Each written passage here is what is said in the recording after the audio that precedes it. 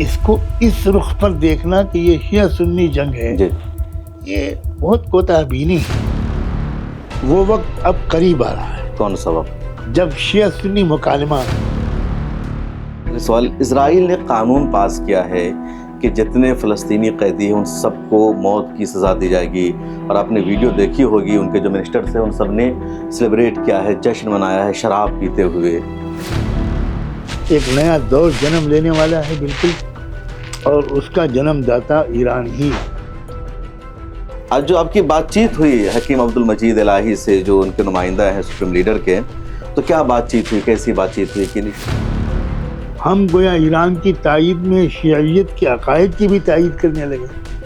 یہ غیر علمی طریقہ ہے. بالکل. نہ ان کا ہم سے یہ مطالبہ ہونا چاہیے. وہ کیا بیسک عقائد ہیں جن کے بیچ میں اختلاف ہے شیعہ اور سنی میں، اور جہاں سے ایک دائرہ کھینچتا ہے کہ یہ سنی ہے وہ شیعہ ہے؟ پہلے انڈیا کی فورن پالیسی کے بارے میں کیا کہیں گے؟ پوری تاریخ میں اتنی ناکام فورن پالیسی کبھی نہیں، کہیں کا نہیں رہا انڈیا. نہ ایران کا ہے اور نہ امریکہ، اور اب اس پر بھروسہ کرے گا. ایران کا بھی مقصد ہے گریٹر ایران بنانا، اپنے حلقہ کو، اپنے علاقہ کو وسیع کرنا. دیکھیے میں ایران کا وکیل و ترجمان تو نہیں ہوں. جی.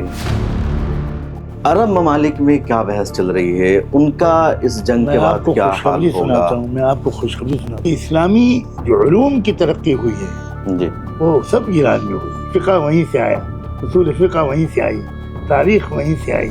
کہ ایران کا مسئلہ 2-3 دن میں حل ہو جائے گا، ریجیم چینج ہو جائے گی، اور یہ جو وہاں پر قیادت ہے مذہبی رہنماؤں کی یہ ختم ہو جائے گی. السلام علیکم ورحمۃ اللہ وبرکاتہ. آج ایک بہت بڑی تاریخ رقم ہوئی ہے، اور پہلی مرتبہ کسی مشہور مفکر عالم دین نے ایران کلچر ہاؤس جا کر یہ پیغام دیا ہے کہ شیعہ اور سنی امریکہ کے خلاف ایک ہے، متحد ہے. اسرائیل اور امریکہ کی جنگ میں دنیا بھر کے مسلمان ایک ہے اور کوئی آپسی لڑائی نہیں ہے. اور یہ پیغام دیا ہے معروف مفکر عالم دین ہندوستانی مسلمانوں کے رہنما مولانا خلیل الرحمن سجاد نعمانی نے. لکھنؤ سے مولانا سجاد نعمانی دلی تشریف لاتے ہیں، ایران کلچر ہاؤس جاتے ہیں، اور وہاں موجود ایران کے سپریم لیڈر کے ریپریزنٹیٹیو ڈاکٹر عبدالمجید حکیم الہی سے ان کی ملاقات ہوتی ہے.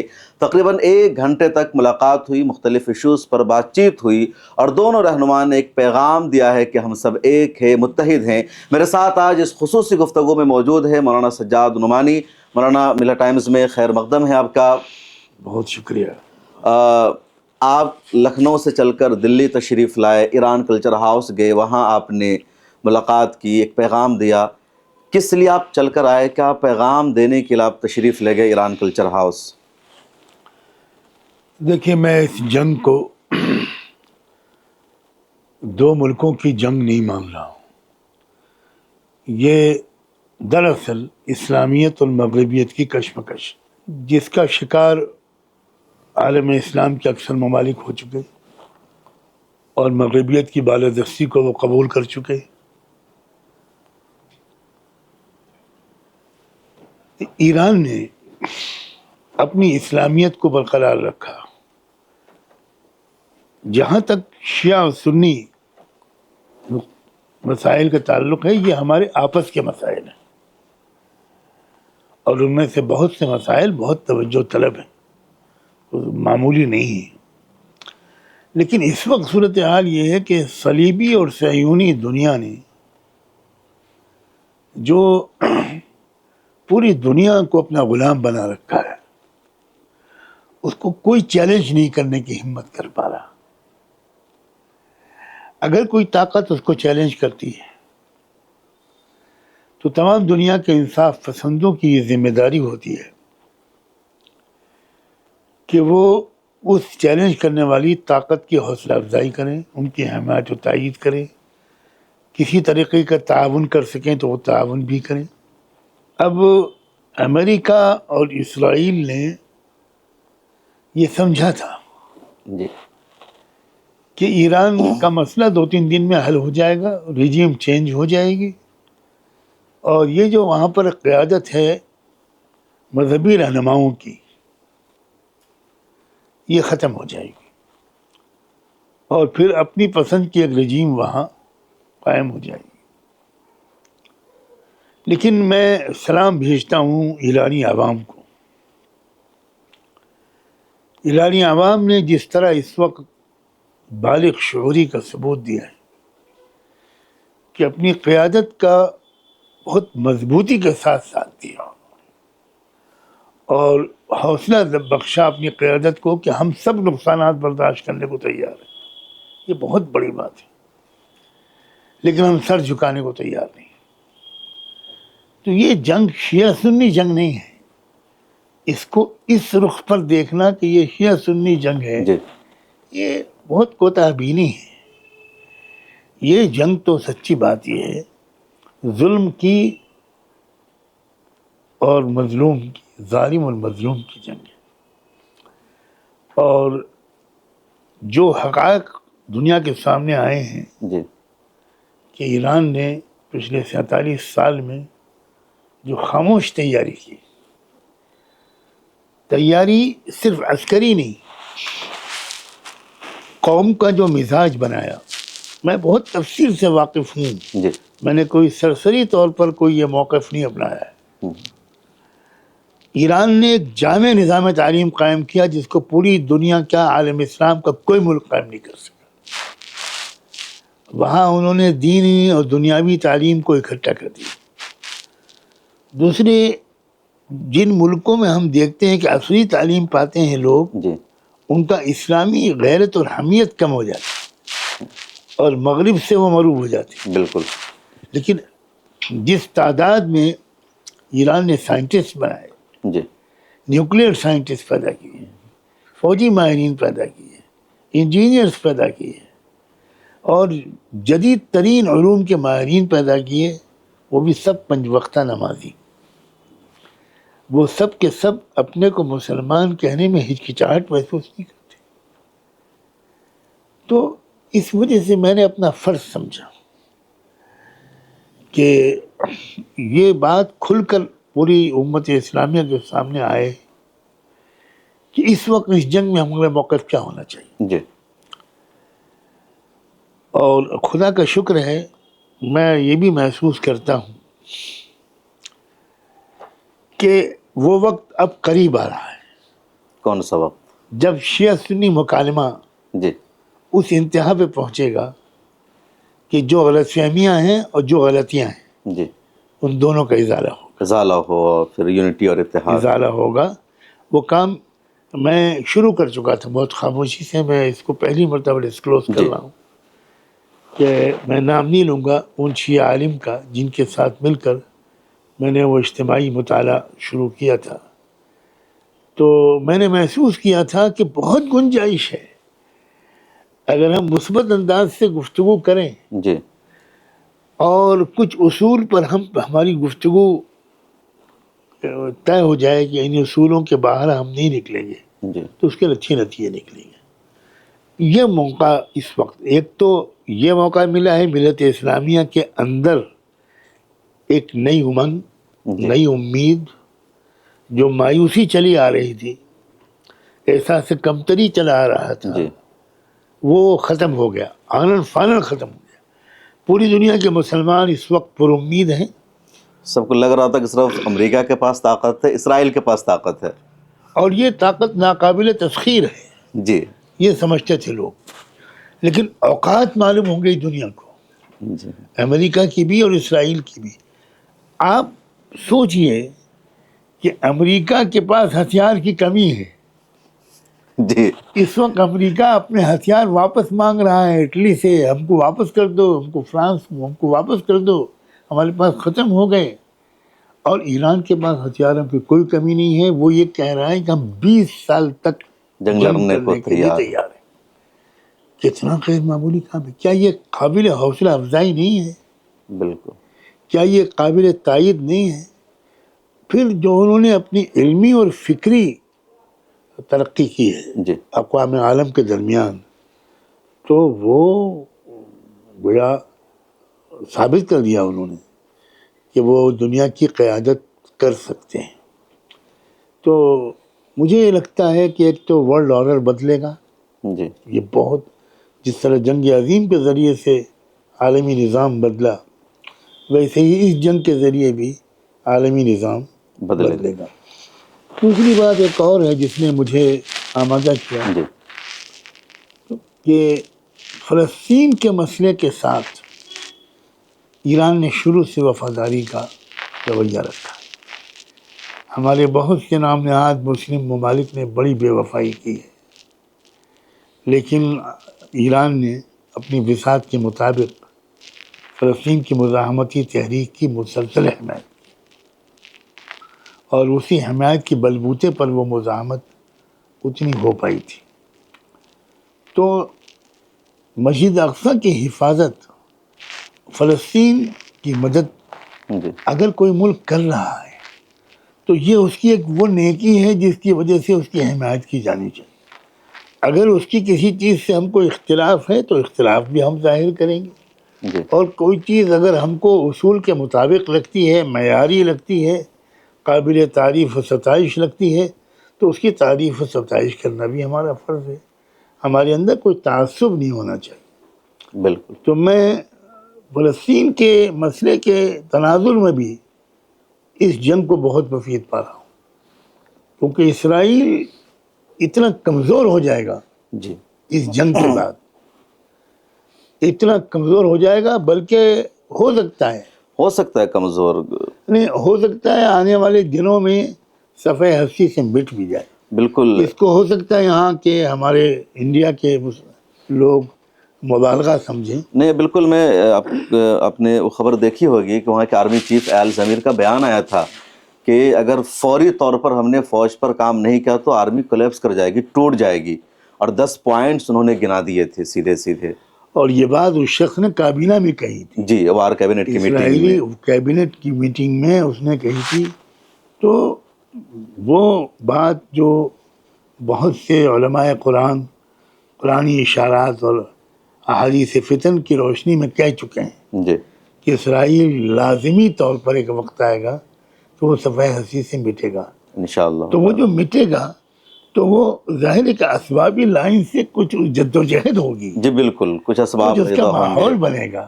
اب کچھ دیکھیں نا، اس کے اسباب انٹرسپٹر بنے ختم ہو گئے، پہلے وہ روک دیتا تھا میزائلوں کو، اب روزانہ 2-4 میزائلیں ہٹ کر رہی ہے جو ٹارگٹ کو۔ جنگی حکمت عملی ایرانی عسکری قیادت نے اختیار کی ہے بہت قابل داد۔ انہوں نے سب سے پہلے وہ جو راڈار تھی جی ان پر ہٹ کیا، ان پر ہٹ کیا۔ ان کو بیکار اور ناکارہ بنا دیا، جی تبھی کامیابی مل رہی ہے اتنے میزائلوں کے اپنے نشانے تک پہنچنے ہاں میں۔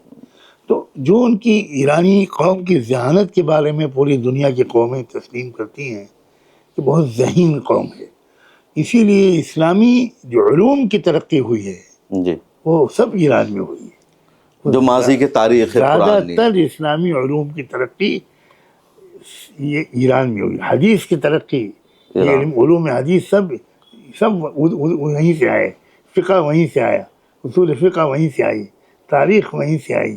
تو علمی اور عقلی طور پر جو پختگی ایرانی قوم کی رہی ہے، تو خوشی یہ ہو رہی ہے معلوم کر کے کہ موجودہ عقلی اور علمی زوال کے دور میں جی انہوں نے اپنے عروج کو نہیں کھویا ہے۔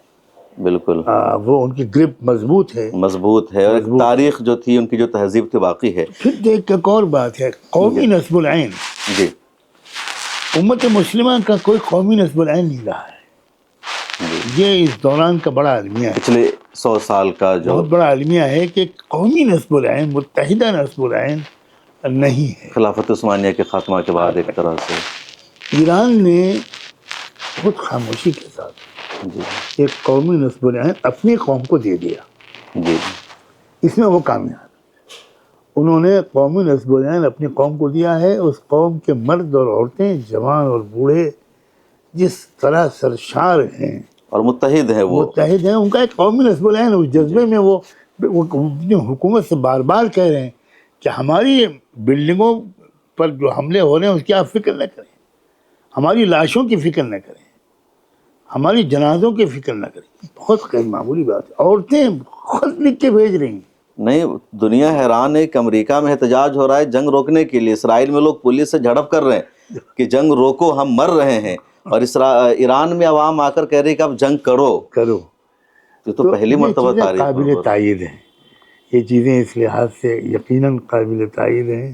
آج جو آپ کی بات چیت ہوئی حکیم عبد المجید الہی سے، جو ان کے نمائندہ ہیں سپریم لیڈر کے، تو کیا بات چیت ہوئی، کیسی بات چیت ہوئی، کن ایشوز پر آپ نے اصل گفتگو میں کی؟ میں انہیں آیت اللہ مجتبیٰ خامنہئی جو اس وقت مرشد اعلیٰ ہیں، جی ان کے نام ایک تعزیتی اور تہنیت کی خط لکھا، جی تو میرے ذہن میں آیا کہ اس کو ٹویٹر پر ایکس پر ٹیگ کر کے بھیجنے کے بجائے جی میں اس کو لے کر خود دلی آؤں، جی اور وہ جو مرشد اعلیٰ کے نمائندہ ہیں یہاں جن کا آپ نے نام لیا، جی میں ان سے خود ملاقات کر کے ان کی خدمت میں یہ خط پیش کروں اور ان سے کہوں کہ ایک چھوٹے سے طالب علم کا یہ خط آپ مرشد اعلیٰ تک آیت اللہ مجتبیٰ تک پہنچا دیجیے۔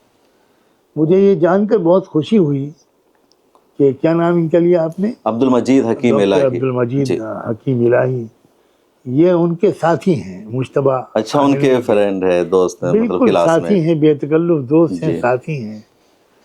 تو اور زیادہ خوش ہوئے وہ خط کو پڑھ کر، اور انہوں نے کہا میں آج ہی اس کو روانہ کروں گا، بہت بہت شکریہ ادا کیا انہوں نے۔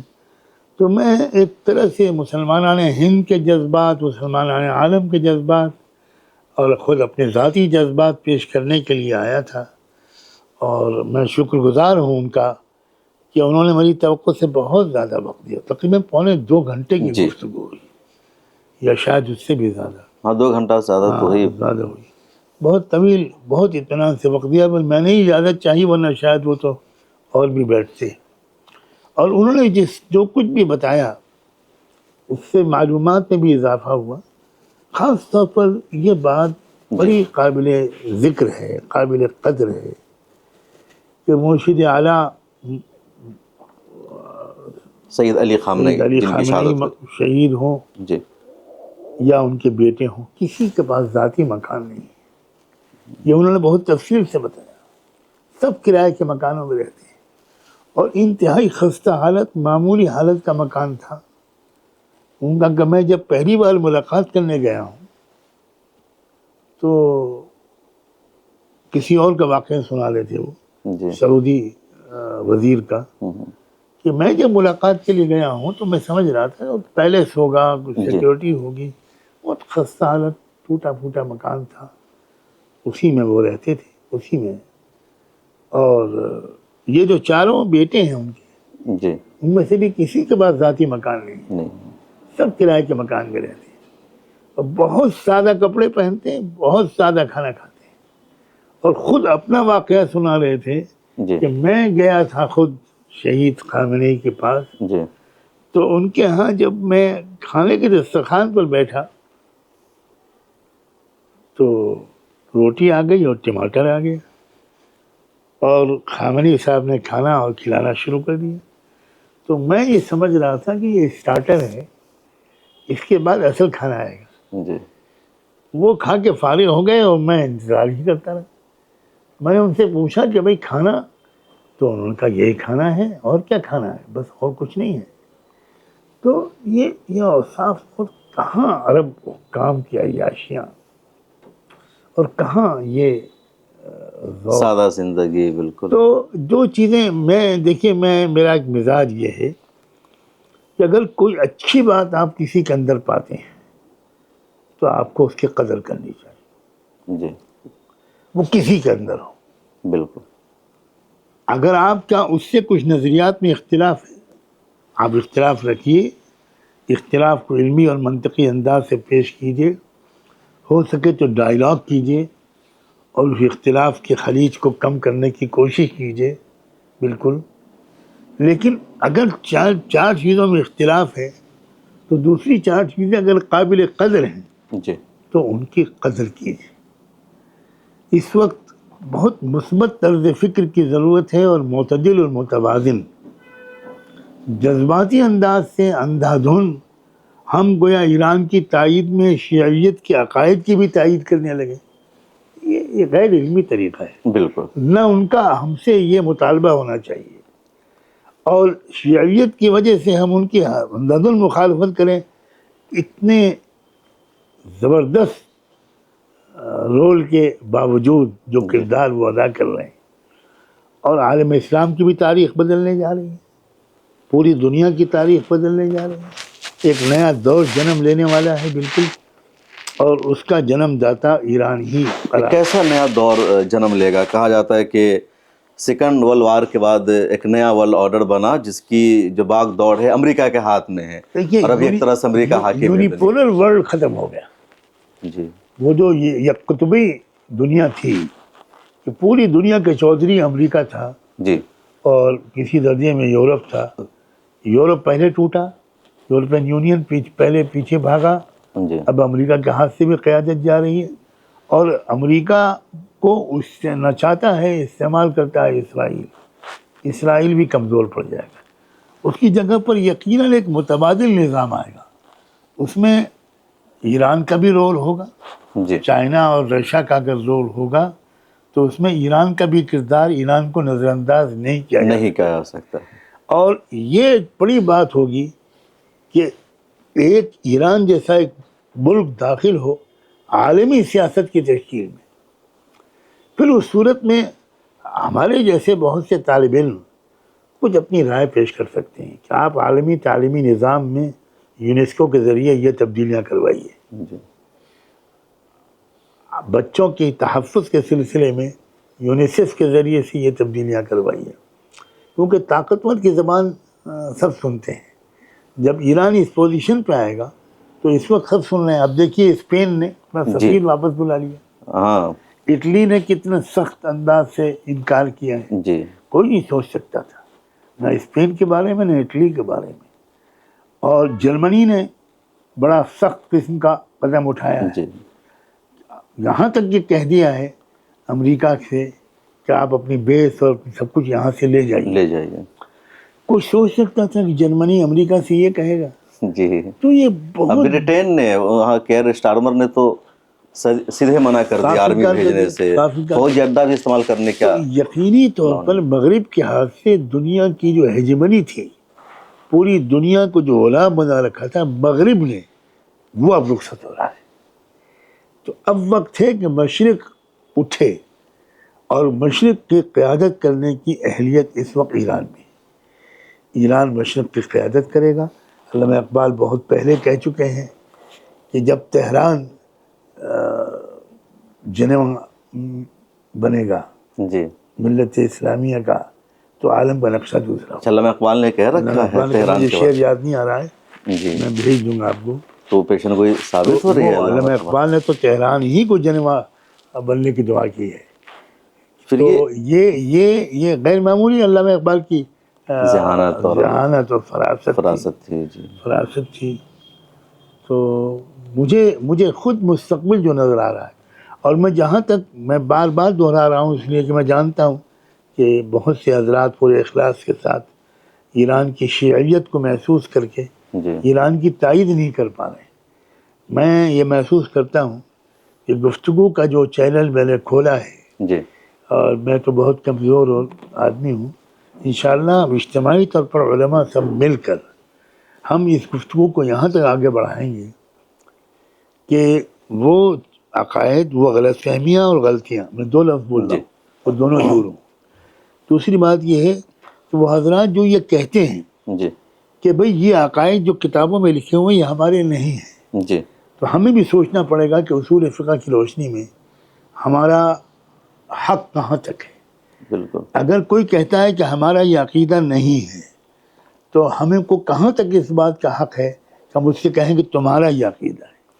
میں چاہوں گا کہ ذرا سب وضاحت کر دیجئے، کیونکہ نوجوان بھی دیکھ رہے ہیں، پوری امت دیکھ رہی ہے، وہ کیا بیسک عقائد ہیں جن کے بیچ میں اختلاف ہے شیعہ اور سنی میں، اور جہاں سے ایک دائرہ کھینچتا ہے کہ یہ سنی ہے وہ شیعہ ہے۔ دیکھیے جو سب سے زیادہ بڑی چیز ہے وہ عقیدہ امامت۔ جی عقیدہ امامت کے بارے میں قدیم شیعہ کتابوں میں جو لکھا ہوا ہے وہ یہ ہے کہ مقام امام نبیوں سے افضل ہے۔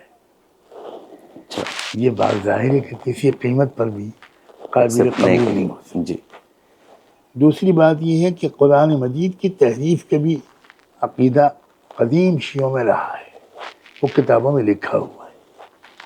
تیسری بات یہ ہے کہ سیدنا صدیق اکبر، سیدنا عمر فاروق، ام المؤمنین سیدہ عائشہ، ان کے بارے میں بڑے سخت قسم کے ان کے الفاظ ہیں، اقوال ہیں. اب موجودہ ایرانی قیادت جی کہتی ہے کہ ہم ان عقائد کے حامل نہیں. خود خامنئی نے جی. فتویٰ دیا تھا کہ رسول اللہ صلی اللہ علیہ وسلم سے منسوب کسی شخص اسلام کے کسی رمز، کسی بھی رمز، جی اس پر ذرا بھی سب و شتم حرام ہے، اس کے خلاف کچھ بولنا بالکل حرام ہے. ان کے کئی فتوے بڑے اجتہادی تھے. جی.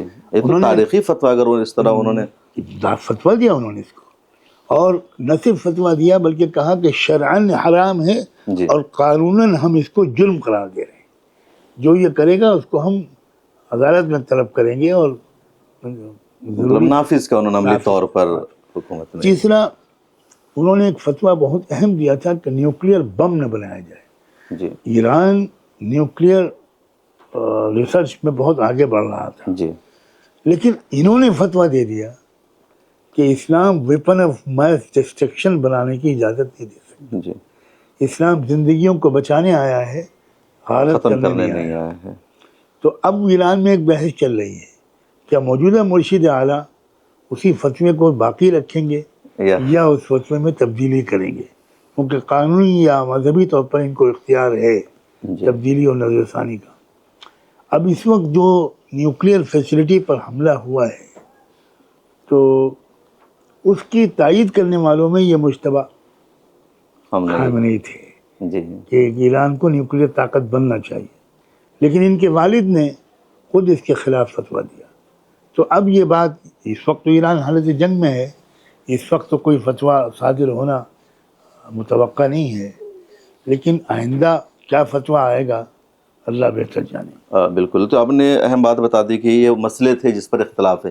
باقی اور جو مسائل ہیں اس میں تو تقریباً بہت مسائل میں یہ مسائل جو میں نے ذکر جو کیے یہ بنیادی یہ مسائل ہیں، معمولی نہیں ہیں، جو بڑے بہت جوہری مسائل ہیں. جی لیکن بات یہاں تک یہ بات ہے کہ ان حضرات کا اب ان مسائل کے سلسلے میں کیا موقف ہے.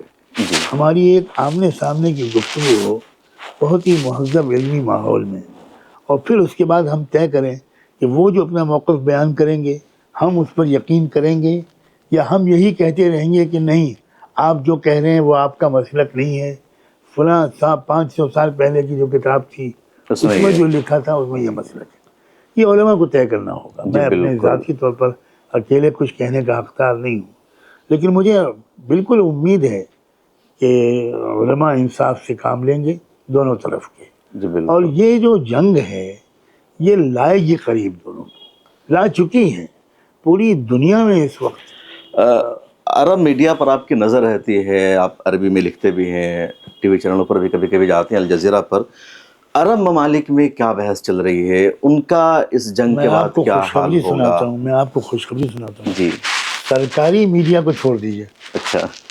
اور سوشل میڈیا پر عربی چینلوں میں 90% اس وقت جی ایران کی تائید کر رہے ہیں، کھل کر تائید کر رہے ہیں. عرب کے شہری. عرب چینل بہت ہیں جو میں برابر سنتا ہوں. المیادین ہے، الحوار ہے، جی اور اس کے علاوہ بہت سے چینل ہیں. جی تو وہ کھل کر، اخبار العراق ہے. جی تو وہ جو سوشل میڈیا کے اور لوگ اسی پر جا رہے ہیں، ملینز اینڈ ملینز اس کے ویورز ہیں. جی. اور سرکاری میڈیا کا تو وہی حال ہوگا جو یہاں گودی میڈیا. جی. سرکاری میڈیا کا تو خیر وہی حال ہوگا. تو خاص طور پر یہ آپ کو کیا لگ رہا ہے، قطر کی جیسے حکومت ہے، سعودی عرب میں بھی کچھ اختلاف بھی ہے، یو ای بالکل اسرائیل کے ساتھ ہے، قطر نے اپنے آپ کو تھوڑا سا ڈائیورٹ کیا ہے سعودی عرب. آپ کے اس چینل کے ذریعے سے قطر کی حکومت کو مبارکباد پہنچانا چاہتا ہوں. قطر کی حکومت نے بہت ہی بہتر معتدل موقف اختیار کیا ہے. اس نے کہا ہے ہم اس جنگ میں بالکل ساتھ ہیں، جی اس کولیشن کے ساتھ ہم نہیں ہیں، ہم ایران کے ساتھ ہیں. یہ لفظ بھی بولا ہے انہوں نے. 2 دفعہ کے طرح کے بیانات آئے. جی. ایک بیان یہ آیا کہ ہم اس جنگ میں نہیں ہیں، نہیں اس جنگ کا حصہ دوسرا نہیں. بیان یہ کھل کر اور آئے گا ہم ایران کے ساتھ ہیں. جی. تو قطر نے بہت سمجھداری کا ثبوت دیا ہے اور اپنے کو الگ کر لیا ہے. تو میں امید کرتا ہوں. لیکن ایک بڑا اختلاف اس پر ہو رہا ہے کہ ایران نے عرب ممالک میں کچھ حملے ایسے کیے ہیں جو ان کے اپنے ایسٹس پر ہے. کچھ حملہ تو امریکی فوجی اڈوں پر ہوا، جیسے قطر کے راس العفان گیس فیلڈ پر حملہ ہو گیا، کویت میں ایئرپورٹ پر حملہ ہوا ہے، یو ای پہ سب سے زیادہ حملہ ہوا ہے. تو یہ کہا جا رہا ہے کہ جو ان ممالک کے اپنے اساس اس پر بھی ایران حملہ کر رہا ہے. دیکھیے، میں ایران کا وکیل و ترجمان تو نہیں ہوں. جی ایران نے اگر کوئی غلط کام کیا ہے تو اس کی سخت مذمت کی جانی چاہیے، لیکن جب یہ جنگ ہوتی ہے نا جی تو پھر آپ انچ اور فٹ سے ناپ نہیں سکتے کہ یہاں بم گرانا اور یہاں نہ گرانا. بہت بڑی تعداد میں امریکنز جو ہیں وہ ایئرپورٹ پر ہیں. جی دبئی ایئرپورٹ کو مینیج ہی امریکن کرتے ہیں، اور ہر وقت وہاں بہت بڑی تعداد میں امریکن رہتے ہیں. امریکن فوجی بھی آ جا رہے ہوں گے، کچھ ان کو ایسی اطلاع ملی ہوگی. تو پھر یہ کہ دبئی ایک ایسا ایئرپورٹ، ایسا انٹرنیشنل ایئرپورٹ ہے جو بزیسٹ ایئرپورٹ آف دا ورلڈ کہا جاتا ہے. جی تو ٹریفک امریکہ سے آنے جانے کی اور یورپ سے آنے جانے کی، اسرائیل والے بھی جس طرح بھاگ رہے ہیں اس کو روکنا بھی چاہتے ہوں گے وہ. لیکن بہرحال اگر کوئی غیر ضروری حملہ ہوا ہے تو اس کی تائید بالکل نہیں کی جانی چاہیے. بالکل. لیکن وہ یہ کہہ رہے ہیں بار بار کہ امریکی لوگوں کو آپ جگہ مت دیجیے ورنہ ہم وہاں حملہ کریں. پہنچیں گے، چن چن کر نشانہ مثلا بنائیں انہوں گے. نے یہ بھی کہا کہ امریکی فوجی بیس چھوڑ کر ہوٹلوں میں ٹھہر رہے ہیں، جی آپ ہوٹلوں سے ان کو نکال دیجئے ورنہ ہم ان ہوٹلوں میں بھی حملہ کریں گے. تو اس کا مطلب یہ ہوا کہ ان کا اصل نشانہ امریکن ہے، جی ان کا اصل نشانہ خلیجی ممالک نہیں ہے. بلکہ بعض بیانات تو اتنے مہذب آئے ہیں کہ تھوڑا یقین کرنے میں بھی دقت ہوئی ایران کی طرف سے. جی ایران نے کہا کہ ہم معذرت کرتے ہیں جی کچھ ہم لوگ ان ملکوں سے جن پر ہم نے حملہ کیا ہے، لیکن ہماری مجبوری یہ ہے کہ ہم ان ملکوں پر حملہ نہیں کر رہے ہیں. ان ملکوں میں جو امریکی بیسز ہیں اور امریکہ اس پر ہم حملہ کر رہے ہیں. تو یہ معذرت کا لفظ بولنا یہ گویا آپس میں نفرت کو نہ بڑھنے دینے کی ایک بہت اچھی تدبیر ہے. میں چاہتا ہوں خلیجی ممالک عقل سے کام لیں. جس طرح قطر نے ایک بہت دانشمندانہ رویہ اختیار کیا ہے، ویسے ہی یہ جو ممالک ہیں یہ بھی اس طرح کا رویہ رکھیں. بالکل. ایک یہ بحث چل رہی کہ جو خلیجی ممالک ہے ان کے پاس اپنا عسکری نظام نہیں ہے.